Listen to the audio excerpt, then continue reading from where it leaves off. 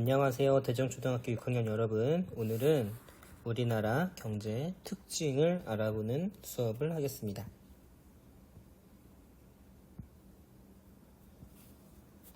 우리나라의 경제 특징인데요. 이건 우리나라뿐만 아니라 자유주의, 민주주의, 자본주의를 선택한 나라라면 다 비슷하다고 봐도 되겠습니다. 자, 우리나라에서 자신의 능력이랑 적성에 따라서 자유롭게 직업을 선택할 수 있습니다. 이건 여러분들 1단원에서 배웠던 정치와도 관련이 있는 거예요. 우리나라는 자신의 능력과 적성, 내가 하고 싶은 것을 할 수만 있다면 그걸 직업으로 얻을 수 있습니다. 공산주의 국가 같은 경우는 그렇지 못해요. 그래서 기업은 이윤을 얻기 위해 자유롭게 경제활동을 할 수 있고, 사람들은 경제활동으로 얻은 소득을 자신의 결정에 따라 자유롭게 사용할 수 있습니다. 이건 무슨 얘기냐면, 여러분이 일을 해서 100만원을 벌었어요. 100만원을 번 것을 A라는 친구는 전부 다 피자 사 먹는데 100만원을 다 쓸 수도 있고, B라는 친구는 아이폰을 살 수도 있고, 물론 100만원으로 아이폰을 사는 거는 어렵긴 하지만, 자, 피자를 100만원어치 먹으면 이만큼일 거고, 아이폰은 크기로 치면 이만큼이겠죠. 이제 뭘 만족스러냐에 따라 다른 건데, 그것을 자신의 결정에 따라서 하는 거예요. 자, 그래서 지금 여기서 보면 땅이 있어요. 땅이 있는데 이 땅을 공사예정부지라고 해서 과자 공장을 만들려고 하는 사람도 있습니다. 그리고 그 땅을 도서관으로도 사용할 수 있고, 도서관에서는 학생들이 장래 희망을 갖춰서 공부할 수도 있고요. 여기 밑에서는 빵집을 만들어서 빵을 직접 만들어서 팔 수도 있고, 은행을 지어서 은행을 사용할 수도 있습니다. 이거는 돈이랑도 관련이 있는데, 내가 은행에 저금을 할 수도 있고요. 그거로 빵을 사 먹을 수도 있고요. 혹은 책을 구입해서 더 투자를 할 수도 있습니다. 이제 개인은 더 좋은 일자리를 얻으려고 다른 사람과 서로 경쟁을 합니다. 그래서 경쟁을 하기 위해서 입사시험이라는 걸 봐요. 이거는 회사에 들어가기 위해서 회사에서 원하는 능력들을 쌓아서 회사에 시험을 보는 겁니다. 그리고 기업은 보다 많은 이윤을 얻으려고 다른 기업과 서로 경쟁합니다. 여러분이 핸드폰만 예로 든다고 하더라도 이 핸드폰 회사들이 하나가 아니라 여러 개잖아요. 여러 개인데 기능들을 다르게 하고 디자인들을 다르게 해서 이제 학생들에게 혹은 많은 사람들에게 여러 가지 물건을 팝니다. 그걸 경쟁이라고 불러요. 그래서 이러한 경쟁에서 앞서고자 개인은 자신의 능력과 실력을 높이려고 노력하고, 그렇게 위해서 여러 가지 공부들을 많이 하죠. 공부도 하고 체험도 해요. 기업은 값싸고 품질이 좋은 물건을 만들고 그 물건을 홍보하고자 노력합니다. 그래서 물건 값에는요, 개발비, 그리고 제품을 만드는 생산비, 그리고 홍보비도 다 포함이 됩니다.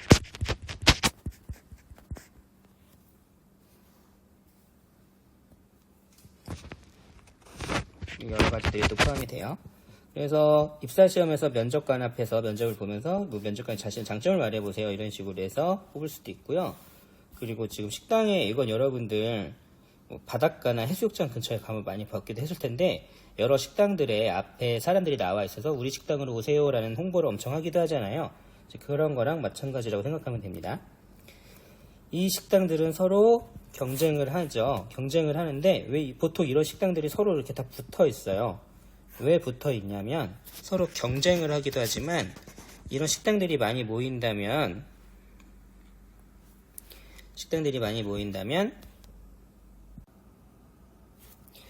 경쟁을 하긴 하는데, 이게 여러 가지 모이면 또 장점도 있어요. 여러분들 갈비골목 이런 것들 들어본 적 있어요?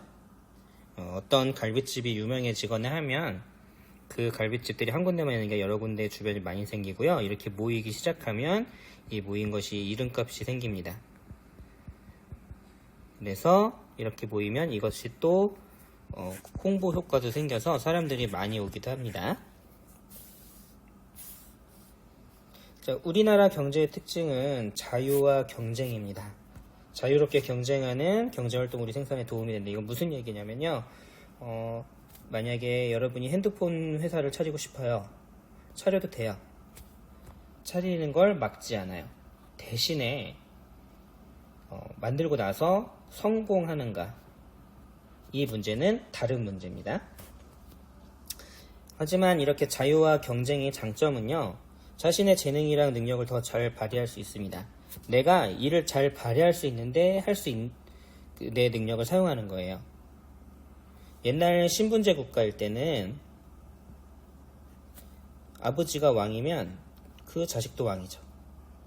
근데 만약에 이 왕이 엄청 문제가 있는 사람이라면 그래도 왕이에요. 이건 뭔가 잘못됐죠. 능력 있는 사람이, 옛날에 왕이 나라를 다스리는 거니까 능력 있는 사람이 왕이 돼야 되는데 그렇게 안 되면 되게 어려운 거죠. 그 다음, 원하는 조건의 물건을 살 수 있습니다. 내가 사고 싶은 물건을 사는 건 자유예요. 대신에 이 자유는 뭐가 필요하냐면 돈이 필요하겠죠. 그래야 내가 사고 싶은 물건 살 수 있을 테니까. 그리고 좋은 서비스를 받을 수 있습니다. 이건 경쟁을 하기 때문에 그런데요. 내가 마트에 가서, 우리 집에 마트에 가서 냉장고를 샀어요. 냉장고를 샀는데 그 냉장고를 집으로 배달해준다. 이게 공짜. 이런 거면 엄청 좋죠. 왜냐면 사실 냉장고가 막 200kg 막 이래요. 엄청 무거운데 이거를 내가 우리 집까지 들고 가는 건 문제가 있잖아요. 이걸 배달을 공짜로 해준다면 되게 좋은 일이겠죠. 그리고 기술을 개발해 더 우수한 품질의 물건을 사용할 수 있습니다. 이건 기술을 개발해서 새로운 물건을 사용하는 것. 이것도 경쟁의 효과입니다. 그래서 기업은 자유롭게 경쟁하며 더 좋은 상품을 개발해서 많은 이윤을 얻을 수 있고, 소비자는 품질이 좋은 다양한 상품을 살 수 있어서 만족합니다. 그래서 개인과 기업의 자유로운 경쟁은 국가 전체 경제 발전에 도움을 줍니다. 자, 이거는 저 밑에 보면 경제활동에 자유와 경쟁이 없다면 어떤 문제가 생길지 친구들과 얘기해 봅시다. 자유와 경쟁이 없는 게 공산주의 국가예요.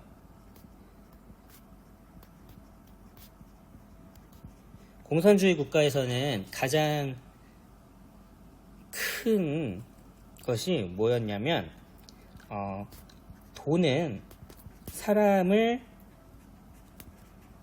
나쁘게 만든다 라고 했어요. 돈이 있기 때문에 사람들이 서로 경쟁하고 싸우고 이건 문제가 되기 때문에 모든 사람들이 평등하고 행복하게 살려면 모두 똑같이 일을 하고 그리고 일한 대가를 똑같이 받자라는 그런 이야기를 하는 거였어요. 그래서 공산주의 국가에서는, 공산주의 국가 되면 기업일을 다 없애버렸습니다. 없애버리고 공장을 그냥 하나만 만들어서 이 공장에서 똑같은 물건을 파는 거예요.